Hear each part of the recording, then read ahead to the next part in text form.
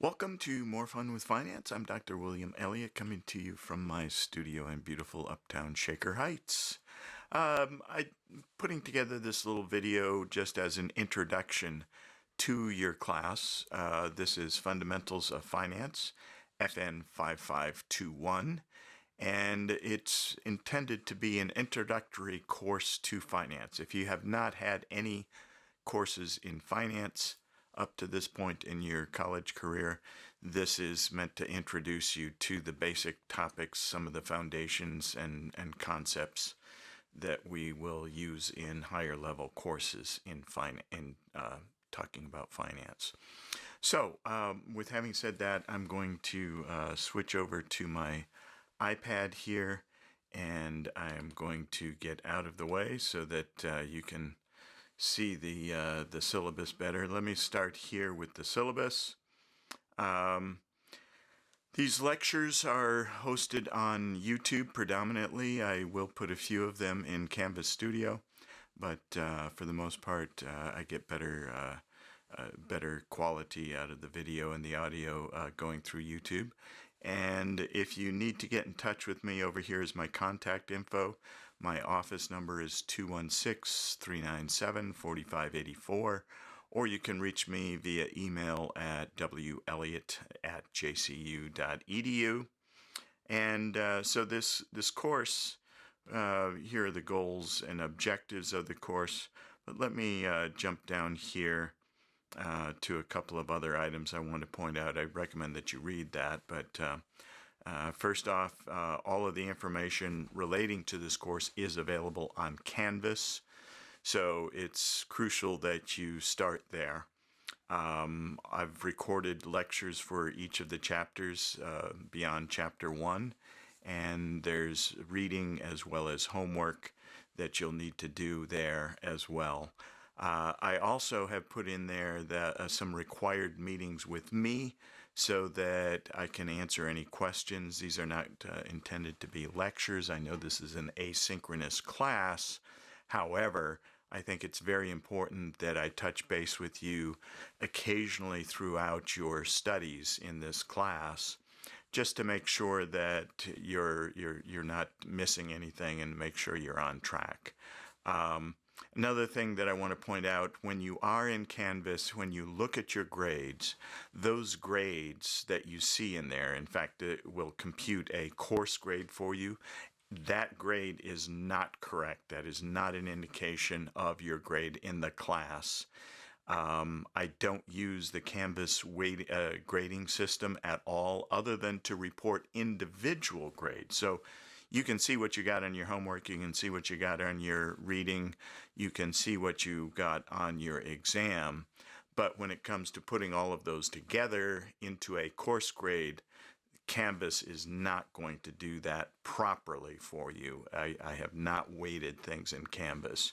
Part of my rationale for that is that I reserve the right to put curves on any of the grades. I typically drop some of the homework grades or will raise the scores. In fact, just completing the homework, even if you don't get 100%, I always round them up to 100% as long as you've attempted them.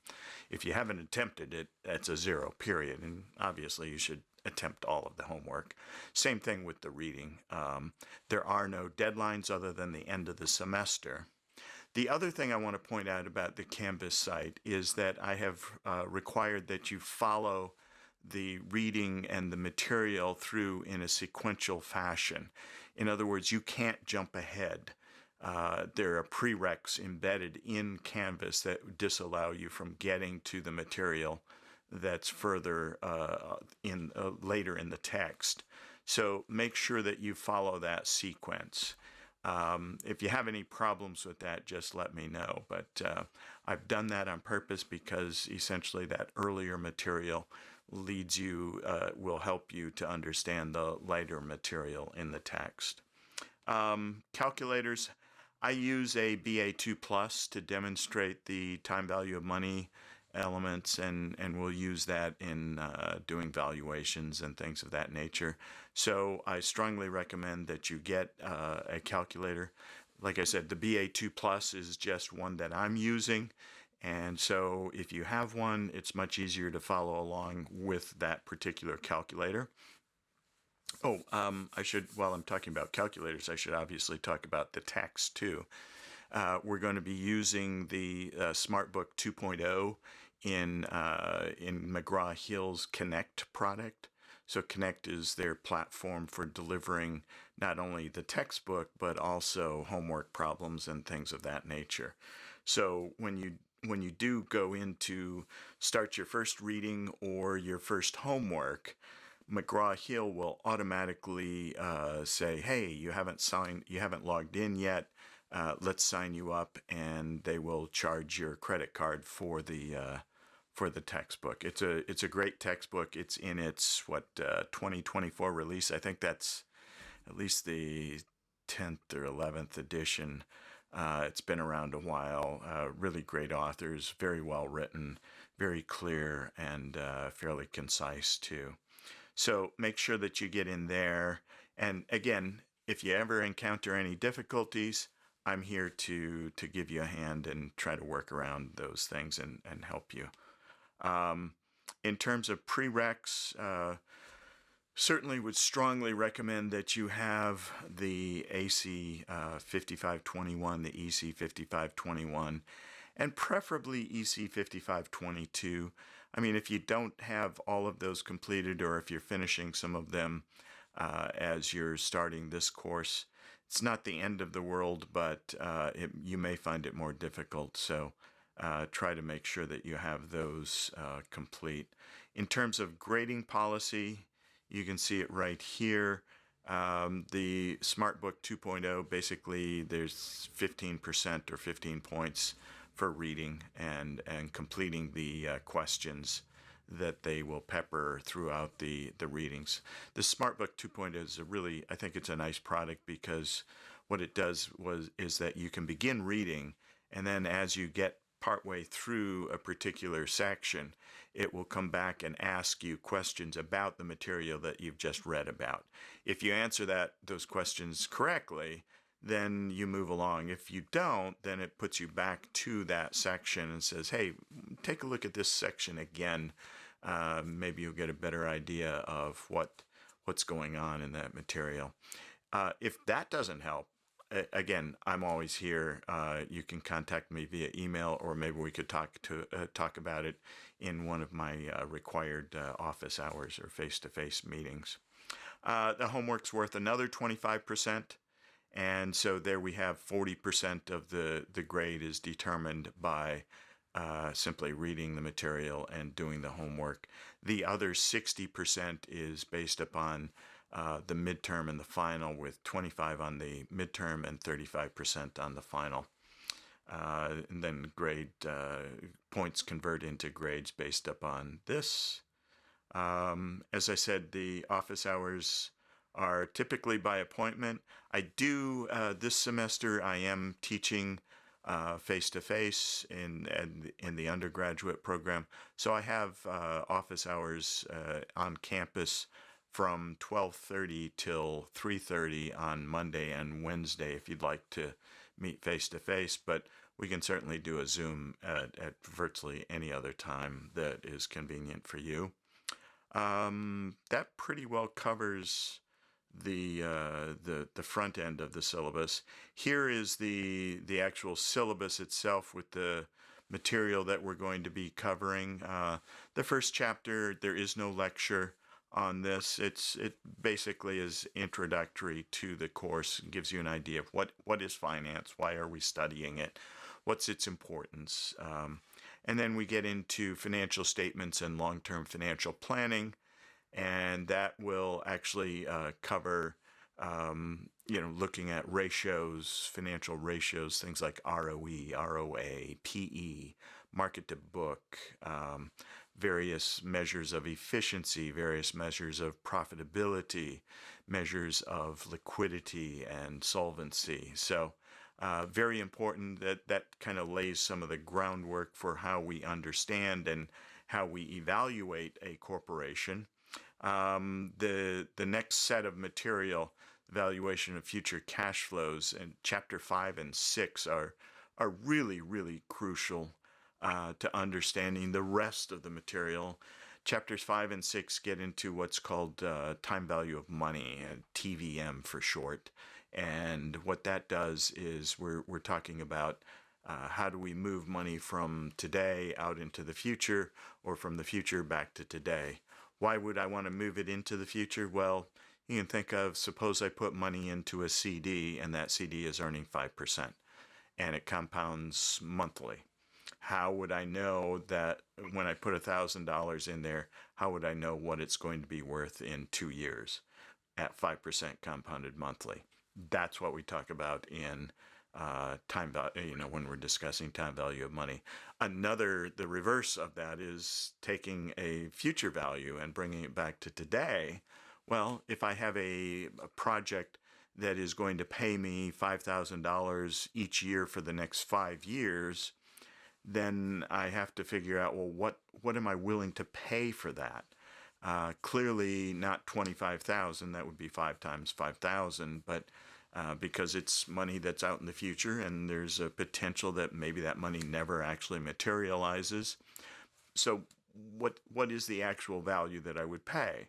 And that's based upon discounting those $5,000 cash flows back to today at some measure, some rate that is equivalent to the riskiness of those cash flows. So the higher the risk of the cash flows, the higher the discount rate that we use. Chapters 7 and 8 really take those techniques and apply them as we value bonds and bond portfolios as well as stocks. So again, this TVM stuff is everywhere. Whenever you talk about valuation in finance, you're using some sort of time value of money computation. We go on to the capital budgeting section here, and capital budgeting starts to discuss how do we evaluate projects that the corporation might engage in. How do we figure out what they're worth and what sort of return they will yield? And then suppose that we have multiple projects and only a limited source of capital. Which projects should we choose? That's where we start talking about things like net present value, or NPV. Then down to the next section, risk and return. Here, this is about how do we figure out how return and risk relate to one another. You may have heard of the fairly famous model in finance called the capital asset pricing model, or CAPM. And if you haven't heard of that, you may have heard of beta, which is the measure of the riskiness of a particular investment, and it tells us what sort of return that investment should yield. And then finally, we get down here to cost of capital and financial leverage and capital structure policy. So cost of capital is figuring out what is that weighted average cost of capital for the firm, the WACC, the so-called WACC, W-A-C-C.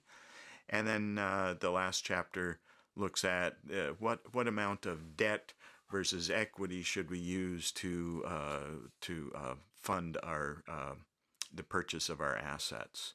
So that gives you pretty much the description of the topics that we're going to cover in this class. Now, as I said, each of these sections is required that you do that prior to moving on to the next section.